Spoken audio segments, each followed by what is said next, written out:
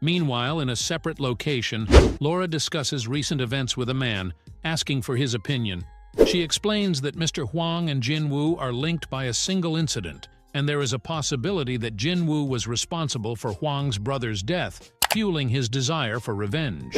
The man contemplates this and remarks that, given everything that has happened, meeting Jin Wu will now be even more difficult. He expresses disappointment as he had been looking forward to encountering him in person. This man is none other than Thomas Andre, a national-level hunter and the guild master of the Scavenger Guild. When Laura asks what he intends to do if Jin Wu and Huang end up in conflict, he responds coldly. Huang, he declares, is the property of the Scavenger Guild, and the guild itself belongs to him. No one, not even the government of the United States, will be forgiven for interfering with what is his. His grip tightens around the TV remote in his hand, crushing it effortlessly.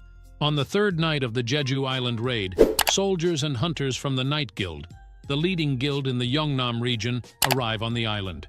Their primary task is to collect essence stones while remaining on standby in case of further incidents. Amidst their operations, Jong-soo sighs heavily before recalling the story of an unfortunate man.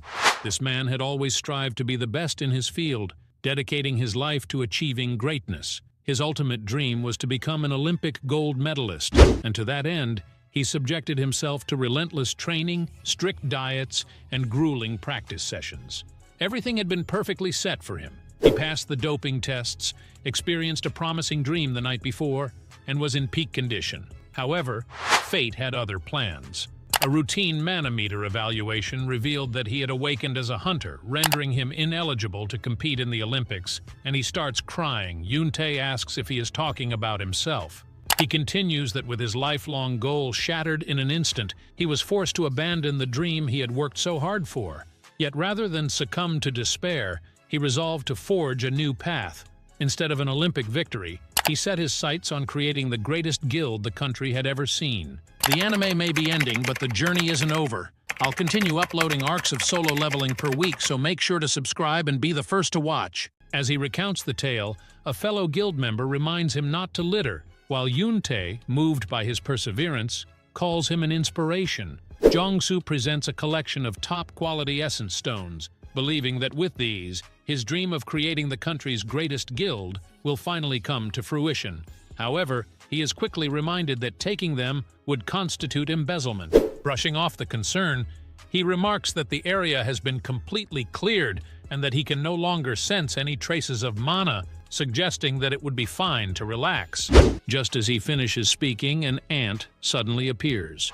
Without hesitation, he swiftly eliminates it before reassuring the soldiers not to be overly concerned. Only a handful of weak ants remain, and that is precisely why they are stationed here, to protect them.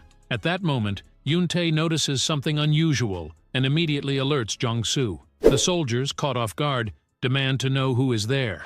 Before they can react further, a massive figure emerges from the darkness. This imposing presence is none other than Rakan, the monarch of Fangs.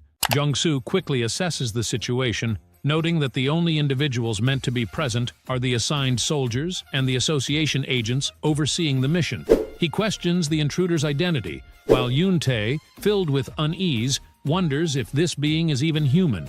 She advises against opening fire, as the entity before them is not a magic beast. The soldiers, still on edge, warn that they will shoot if he does not comply with their orders.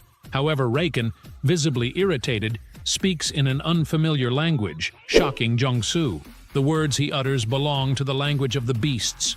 Before anyone can react further, another figure steps forward and casually snaps his fingers. In an instant, the soldiers and hunters lose consciousness, collapsing to the ground. Rakan, displeased, questions the icy newcomer about his actions. This man is Silad, the monarch of Frost, who calmly explains that there is no need to cause unnecessary commotion. He has merely put them to sleep for the time being. Turning his attention back to the task at hand, Silad inquires if Rakan has confirmed what they were searching for. Rakan responds affirmatively, stating that it was indeed the power they suspected. However, Silad finds the situation perplexing. He cannot fathom why he would be aiding humans. Rakan, uninterested in speculation, simply shrugs, remarking that if Silad is so curious, he should ask the person in question himself. The individual they are referring to